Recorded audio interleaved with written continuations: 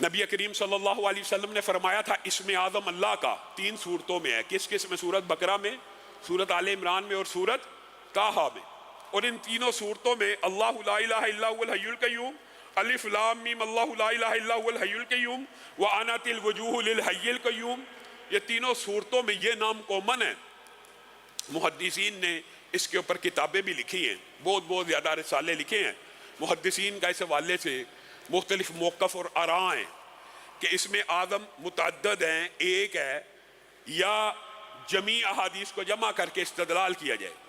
तो मेरे जो नाना थे हज़रत हाफ़िज़ मोहम्मद गोंदलवी रहिमहुल्लाह, वो इसमें आज़म का इस्तदलाल ये किया करते थे कि अगर मुतअद्दद अहादीस को जमा किया जाए तो ये बात समझ आती है कि इनको अगर इस तरह पढ़ा जाए बिस्मिल्लाहिर्रहमानिर्रहीम, अलिफ लाम मीम, अल्लाहु ला इलाहा इल्ला हुवल हय्युल क़य्यूम, या वाहिद या ज़ल जलाली वल इकराम। आपको पता है या वाहिद और या ज़ल जलाली वल इकराम की हदीस इसके अलावा हैं, लेकिन वो इस वजीफ़े को इस तरह बतलाया करते थे और वो कहा करते थे मेरे गुमान के मुताबिक ये बिस्मिल्लाहिर्रहमानिर्रहीम इसमें पढ़नी है।